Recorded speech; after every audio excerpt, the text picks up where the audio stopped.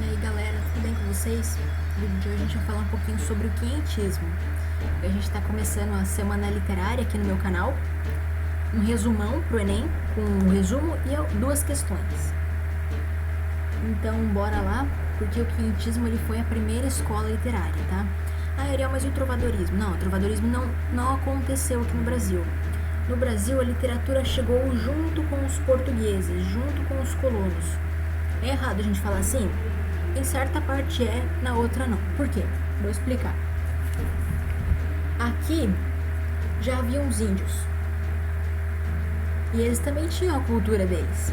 Só que eles não tinham a litera, eles não tinham a litere, a letra, a escrita. E como a literatura é a arte da escrita, não valeu. Eles só tinham aquela literatura oral, não tinham a escrita, né? E essa literatura só começou mesmo quando os portugueses chegaram aqui e trouxeram com eles. Então vamos lá, separei alguns tópicos aqui. Foi o primeiro período, primeira escola literária no Brasil. Foi uma discussão se os textos são ou não são literários ou históricos. Históricos eles são, porque fizeram parte da nossa história. Mas e literários? Porque as cartas, elas não... Ou melhor, a carta, né? Ela não tinha um gênero literário ainda, sabe? Então, aqueles textos não tinham um gênero literário. E o máximo que chegava próximo ali, mas bem esforçado, mesmo, aquela amizade forçada mesmo, era o lírico, né? Ele tinha um pezinho ali no lirismo, na questão lírica, né?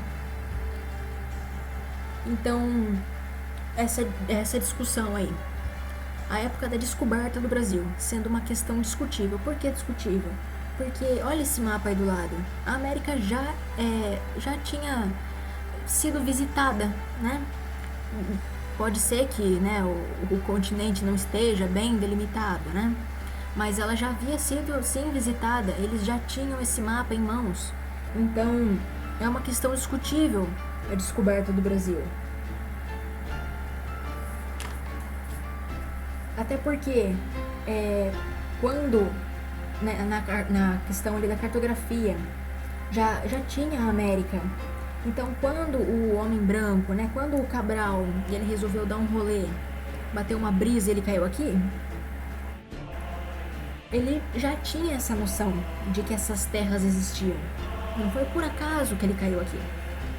Então, é essa questão discutível, né? Esse mapa aí, essa cartografia, já é de 1500, o mapa da América, né? Então, vamos lá, contexto histórico. Foi o período das grandes navegações, como eu já havia falado, né? Foi o auge do Renascimento, né? Foi a queda da Idade Média e a ascensão do Renascimento. E com isso, teve muitas mudanças. Teve mudança na política, na filosofia, na ciência. Tanto que na ciência foi descoberto que a Terra era redonda, né? Não plana, né? Como pensam hoje em dia, né? Mas enfim. Teve a teoria heliocêntrica do Giordano Bruno, né? O que mais? O universo era infinito. Questões mais avançando assim conforme, né? E a literatura informativa. Eu vou dar uma palhinha do que é ela aqui nesses tópicos, mas a gente vai ver melhor no próximo slide, né? Através de relatórios, cartas e diários, ela foi feita. Eram meio que crônicas de viagem, né? Contavam todas as informações, o dia, como era a noite, o que eles comiam, o que eles encontraram aqui no Brasil para comer, como era a fauna brasileira, a flora, os animais diferentes, as frutas tropicais, a água cristalina. Cartas que, ao se juntarem, formaram um livro. Pequenos pedaços, né, escritos, que, ao se juntaram, formaram a famosa carta, que também recebeu, né, uma alcunha ali, né, vamos colocar assim, o nome de certidão de nascimento do Brasil. Mas tiveram outros também, né? Teve o Diário de Navegação, do Pero Lopes de Souza, o Tratado da Terra do Brasil, de Pero Magalhães Gândavo, o Tratado Descritivo do Brasil, de Gabriel Soares de Souza, mas a certidão de nascimento do Brasil foi a do Pero Vaz de Caminha. Então agora a gente vai falar da literatura informativa e formativa, como que eu diferencio cada uma delas. Vou começar pelo título, né? Para quem gosta de associar tá aqui já, e essa daqui é boa associar, porque tem uma questão ali no próximo que a gente vai ver sobre ela. Informativa, olha o nome, ela informa algo a alguém sobre alguma coisa. Ela informa a terra, talvez, que eles encontraram para Dom Manuel de Portugal. Então vamos lá, de valor predominantemente documental. Era um documentário, né? Eram relatos que eles faziam. Então, relatos de estrangeiros que aqui estiveram. Então era a visão do colonizador, era relatos do colonizador. Como eles viam os índios, né? Como eles enxergavam os índios, né? Lembrando que era uma cultura completamente diferente. Produção ligada à literatura de viagens, tanto que o próprio subtítulo do quinhentismo é literatura de viagem, né? Literatura dos viajantes é o nome, né? Porque foi a literatura que eles trouxeram para cá, que eles fizeram e trouxeram pra gente, né? O índio ainda não tinha escrita, lembra que eu falei? Era tudo oral. Impressões sobre a terra descoberta, eles registravam ali todas as impressões dele, né? Com grande apelo descritivo essas impressões, com usos de adjetivo no grau superlativo. Por quê? Porque ele contava como era, então ele precisava descrever perfeitamente. E era repleto de adjetivo no grau superlativo porque eles estavam admirados, eles estavam encantados, era tudo diferente. Informação sobre a terra, o clima, como era a terra brasileira, se dava para plantar ou não, se era boa ou não, o clima, se ele cooperava também com a plantação, né, um clima tropical, a vegetação, frutas diferentes, frutas tropicais próprias do Brasil, que não eram normais, não eram naturais da Europa, possibilidade de exploração, esse daí é importante, por quê? Porque eles vieram para cá nesse intuito, né, era a política mercantilista. Surpresa e interesse pelos índios com as diferenças culturais. Por quê? Porque eles não eram acostumados, né? Os portugueses, né, que vieram para cá não eram acostumados à cultura dos índios, né? Então eram muitas diferenças culturais. Os portugueses, os europeus tinham a pele branca, eram magros. Os índios não, eles eram ou fortes ou esbeltos, ou então eles tinham a pele mais morena. Então vai, literatura formativa. Literatura formativa, ela forma algo, ela forma alguém para algo. Formava o quê? Os índios, catequizava os índios. Então, qual que era o objetivo do quinhentismo? A literatura informativa e a formativa, informar e formar, tá? Maior valor linguístico, praticada pelos padres jesuítas através da Companhia de Jesus.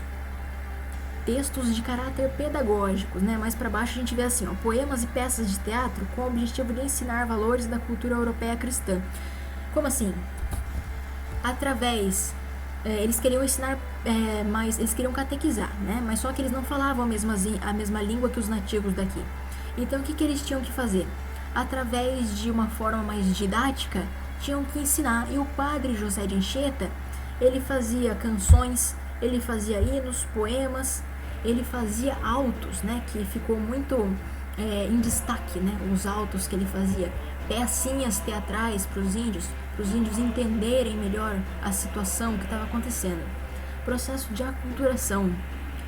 Os colonos chegaram aqui, os colonizadores, né, melhor. Eles chegaram aqui e ensinaram a cultura deles para os índios, catequizaram, tiraram a cultura dos índios, vamos colocar assim, né?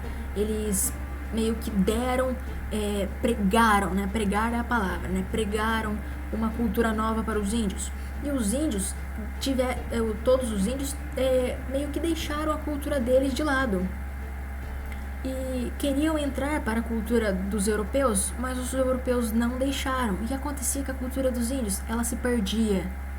Então, o processo de aculturação, dificuldade de vocabulário escritos em medida velha, né? O principal exemplo foi o padre José de Anchieta.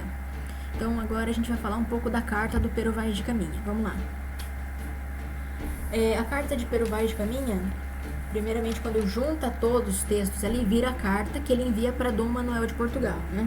Descrevendo tudo sobre o Brasil, sobre essa terra nova, relatando tudo o que ele visualizava ao chegar na terra. Ele descrevia aquilo com minuciosidade. Por quê? Porque o meninão era letrado, ele era estudado, ele era um conhecedor, né, da escrita. Então ele sabia perfeitamente como falar aquilo. Ele era escrivão, né? Então, não era à toa que ele era escrivão. Ele descrevia, ele era preciso no que ele queria falar. Ele sabia perfeitamente, ele olhava e já vinha na mente, já chegava ali até a mente dele o que ele queria falar e já soltava ali na mão, né? Olha só. E o que ele mais chamou a atenção foi a nudez dos índios. Por quê? Porque pelo fato de que andava nu? Não, não é só isso não. Presta atenção. O que mais chamou a atenção nessa nudez dos índios foi que eles andavam com naturalidade. Era natural, era normal para os índios aquilo, né? Como ele descreveu na carta, né? Andar com as vergonhas à mostra. Era normal para os índios. Era ingênuo, né? Uma questão de ingenuidade para os índios aquilo. Antropofagia. Antropo, homem, fagia, fago. Canibalismo, né? Comer a mesma espécie. Homem que come homem. Mas é óbvio que eles já eram cientes em 1500 do canibalismo. Mas o que acontecia? O ritual deles, o modo com que eles faziam aquele canibalismo, né? O modo como matava, como tirava o escalpo, como bebia o sangue, quem tinha que comer tal parte, a índia mais nova tinha que comer isso, a índia mais velha tinha que comer aquilo. Então isso chamou a atenção, que eles tinham todo um método específico para aquilo. Rituais. Quando nascia um índiozinho, quando casava e quando morria, eles faziam rituais, né? Enchiam o corpo de tinta, pintavam os corpos, colocavam penas, se enchiam de penas, era aquela coisa linda de ver. E aí, na hora de guerrear, faziam droguinhas naturais e fumavam o famoso cachimbo da paz, né? Como já menciona o Gabriel Pensador, né? Mas eles faziam isso porque para eles dava, olha só que coisa, dava força, eles se sentiam fortes na hora de guerrear, então tinha que fazer aquilo. Então vamos lá, continuando. Aqui eu coloquei um trecho da carta, né, a descrição da terra, que ele é o Pero Vai de Caminha, né? De ponta a ponta é toda a praia. Muito chã, muito fremosa. Nela até agora não podemos saber que haja ouro nem prata. Ó, eu já sublinhei ali para mostrar que vieram atrás de algo, tinham intenções com essa terra. Porém a terra em si é de muitos bons ares, assim frios e temperados como os de entre Doiro e Minho. Águas são muitas e infindas, e em tal maneira é graciosa que, querendo-a aproveitar, dar-se-á nela todo, por bem das águas que tem. Então, ó, ele fala assim, ó, querendo aproveitar, dar-se-á nela tudo, ó. Então, o que planta dá, por causa das águas que tem ali. Porém, o melhor fruto que nela se pode fazer, me parece que será salvar essa gente. E esta deve ser a principal semente que a vossa Alteza em ela deve lançar. Já lançou ali os fins catequéticos, né, os fins de conversão dos índios. Já mandou para a coroa esses ideais de conversão, né? Porque, vamos combinar, né? Quando o europeu chegou aqui, viu uma cultura completamente diferente, né? Aqui eles tinham a nudez dos índios, canibalismo, rituais, né? Que é isso, né? O povo, a Inquisição, né? Aquela época da Reforma, né? Era uma coisa de louco, né? Os caras ficavam, nossa, que é isso? Coisa errada, né? A gente tem que salvar esse povo, né? Mas não sabia que era a cultura deles, né? Ou melhor, sabia, né? Sabia que era a cultura, mas queria impor. Do mesmo jeito que sabia que a Terra já existia. Literatura jesuítica. Então vamos lá, ó. Criação da Companhia de Jesus. Relação com a Contra-Reforma, lá, como eu já havia dito. Vantagens e desvantagens. Quais são? Vamos lá, ó.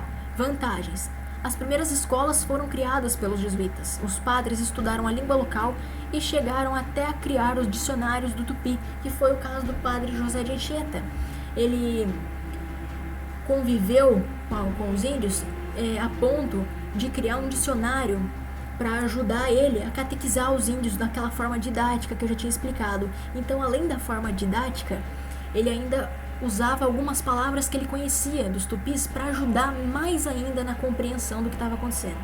E as desvantagens? Os padres que aqui vieram, eles protegeram apenas os índios e não os africanos. Lembra, em história, que a gente vê que os colonizadores queriam escravizar os índios, porém os índios não estavam acostumados com aquilo e acabavam morrendo? Então eles tiveram que ir para a África trazer africanos para cá no intuito de escravizá-los. Então foi essa circunstância, né? Os padres, eles protegiam os índios e não protegiam os africanos. Então foram as vantagens e as desvantagens da literatura jesuítica. E tem como foco o trabalho catequético e a desculturalização do índio. Tá até em outra cor aqui para destacar, porque isso é importante mesmo, né? Então aqui, Padre José de Anchieta, vamos falar um pouquinho dele, né? Parece que ele tá fazendo um paz e amor ali com a mão, mas não é, né?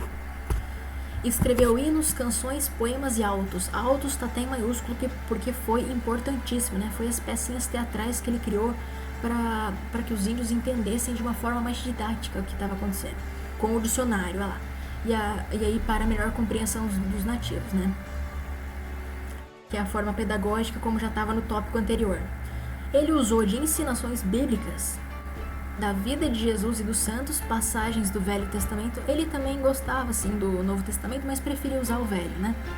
Se adequa entre a sua raiz portuguesa e a indígena e cria um dicionário tupi, usando essa língua nas próprias ensinações. Então, algumas partes ali da ensinação, ele acabava soltando palavras em tupi para melhor compreensão. Então, vamos fazer um resumo. Quem quiser tirar um print desse resumo, que esse resumo tá aqui para isso, para printar. Vamos lá, ó. Literatura dos viajantes. Quem foi o protagonista? Pero Vaz de Caminha com a sua carta, relatando informações da terra, como nudez dos índios, mas não porque andava nu, e sim porque era natural, porque era com uma ingenuidade que acontecia tudo aquilo, né? Era tranquilo, era normal para os índios isso. Antropofagia, mas não o canibalismo em si, mas os métodos muito precisos com que os índios faziam tudo aquilo. E os rituais que eram diferentes, né? Onde já se viu um povo pintar o corpo e se encher de pena, fumar cachimbo e usar droguinhas naturais para a hora de guerrear porque se sentia mais forte. Olha que novidade, né? Como era a terra, se dava a colheita ou não, como era água cristalina, água bonita, né? Lembra que ele falou na carta, que ele falou assim que águas são muitas e infindas, em tal maneira graciosa que querendo aproveitar dar-se-á nela tudo. Lembra que ele falou assim? O clima, um clima tropical, a fauna, a flora, animais diferentes, frutinhas tropicais típicas do Brasil. Se tinha ouro ou não, isso é importante. Tinha metais preciosos, tinha ouro, tinha prata, tinha pedras preciosas, qualquer coisa que engrandecesse, que elevasse a coroa, né? E a literatura jesuítica teve como destaque o padre José de Anchieta, com o objetivo de catequizar os índios e converter estes para a cultura do homem branco, né? A famosa desculturalização, né? Então vamos lá para a primeira questão. Separei aqui duas questões, uma de um vestibular aleatório e a outra do Enem. Sobre a literatura produzida no primeiro século da vida colonial brasileira. É correto afirmar que é formada principalmente de poemas, narrativos e textos dramáticos que visavam a catequese. Lembra que eu falei já no começo que tem aquela discussão para saber se é histórico ou literário? Porque histórico é, mas literário, né? Já fica aquela dúvida. Não, gente, essa já não é. Inicia com a prosopopeia de Bento Teixeira. Não, Bento Teixeira é do Barroco, não tem nada a ver, veio depois, né? Tanto que a gente vai falar dele no vídeo de Barroco. É constituída por documentos que informam acerca da terra brasileira e pela literatura jesuítica, ó, informam e formam, lembra? Então essa aqui, né? Vamos combinar. Os textos que a constituem apresentam evidente preocupação artística e pedagógica. Era o foco dos textos? Pode até que tenha a pedagógica ali, a artística, né, como a gente já falou, mas era o foco do texto? O foco do texto, pelo que eu, né, falei aqui, era informar e formar. Só tinha duas vertentes, né? A literatura de viagem e a literatura jesuítica. Descreve com fidelidade e sem idealizações, aí já para tudo, né? Já para tudo. Idealização, eles não tinham idealização. Lembra que eu falei que eles tinham um grande apelo descritivo, né? Contava como é, repleta de adjetivo, minuciosidade na descrição, lembra? Ele queria falar com precisão o adjetivo, vários adjetivos, no grau superlativo, mostrando admiração, mostrando que era algo diferente, mostrando o encantamento deles, e não tinha idealização. Essa aqui tá completamente errada, né? Então a gente vai ficar com a C. Agora uma do Enem. Vamos lá, texto 1. Andaram na praia. Quando saímos, 8 ou 10 deles, e daí a pouco começaram a vir mais. E parece-me que viriam este dia à praia, 400 ou 450. Alguns deles traziam arcos e flechas, e todos trocaram por carapuças ou por qualquer coisa que lhes davam. O escambo, né? Andavam todos tão bem dispostos, tão bem feitos e galantes, com suas tinturas que muito agradavam. Era uma coisa bonita, né? Era uma coisa diferente. Um corpo pintado, cheio de pinturas com penas, né? Era lindo de ver. E trocavam pela primeira coisa que viam, porque era algo diferente. Eles estavam acostumados com penas, arco e flecha, recebiam espelho, olha que coisa diferente. Recebiam carapuças. Agora no texto 2. Texto 2 é uma obra, né? Uma obra de arte. A gente tem que analisar, né? Se a obra tá aqui, a gente tem que analisar. Vamos lá. Primeiramente, os índios ali, com armas na mão. E tem um que tá fazendo um sinal ali de, ai meu Deus do céu, o que tá acontecendo? Tem alguém chegando, olha aquilo. Indignado, né? Sei lá. Aí eles meio que apontam ali, né? Estão meio que aflitos. Ó a menininha ali, a indiazinha, com a mão no rosto ali, em sinal de angústia, né? Tem que observar os mínimos detalhes. E não tem nenhum sinal de colonizador ali, ó.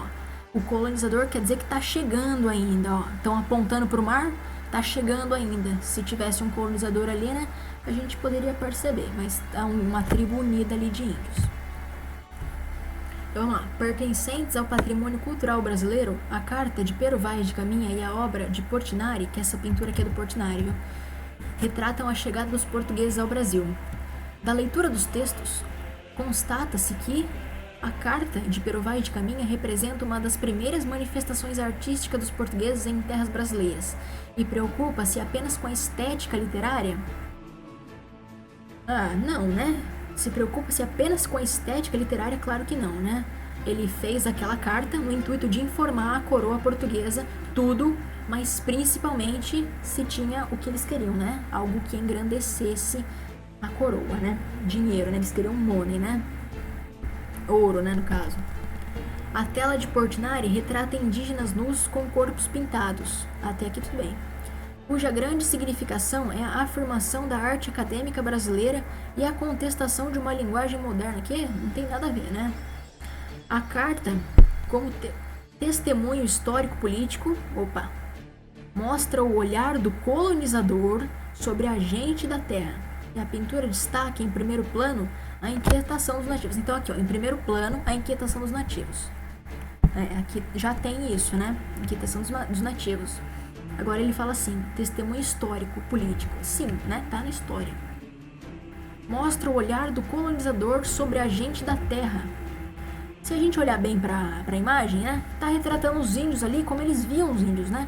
E também porque naquele período, lembra que eu falei que era a visão do colonizador a respeito da terra nova, da cultura nova? Então essa aqui a gente já faz uma seta ali, porque essa aqui pode ser que seja, né? Vamos ver.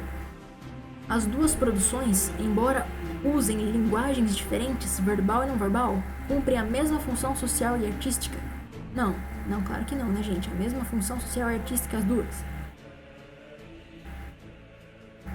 A pintura e a carta de Caminha são manifestações de grupos étnicos diferentes, produzidas em um mesmo momento histórico, retratando a colonização. Então, essa aqui a gente já fica na dúvida. Por quê? O Enem a gente vai deixar sempre a gente em duas, né? Incrível, impressionante. Retratando a colonização. Aqui, eles não tinham chegado ainda para colonizar. Eles estavam em ponto de chegar. Eu, se fosse um pintor, eu pintaria como colonização, um retrato de colonização, os portugueses já na terra, né? Colonizando aqui, né? Então, essa aqui não é. Então, só pode ser assim. Testemunho histórico-político, mostrando o olhar do colonizador sobre a gente da terra, e a pintura destaca em primeiro plano a inquietação dos nativos, né? Olha só, lembra que eu falei aqui que tem até um camão na cara aqui? Ai, meu Deus do céu, o que tá acontecendo? Então, e aqui o resuminho, vou deixar de novo aqui para quem quiser tirar um print, lembrando que como foco são esses dois, a literatura dos viajantes, que é a literatura informativa, e a literatura jesuítica, que é a literatura formativa. Lembrando, informativa informa algo, alguém. E a literatura formativa forma alguém, forma os índios, catequiza. Então, aqui, você sabe, decorando isso, associando o nome com o significado, a gente já mata qualquer questão do Enem. Porque a questão do Enem vai vir assim, né? Vai vir um texto, vai vir uma imagem, pode ser que venha, né? Uma imagem, e aí manda ler a pergunta, né? Então foi esse o vídeo, gente. Espero que vocês tenham gostado. Próximo vídeo sobre o Barroco. Deixem um like, compartilhem o vídeo que vocês me ajudam demais e foco no Enem, hashtag rumo ao Enem.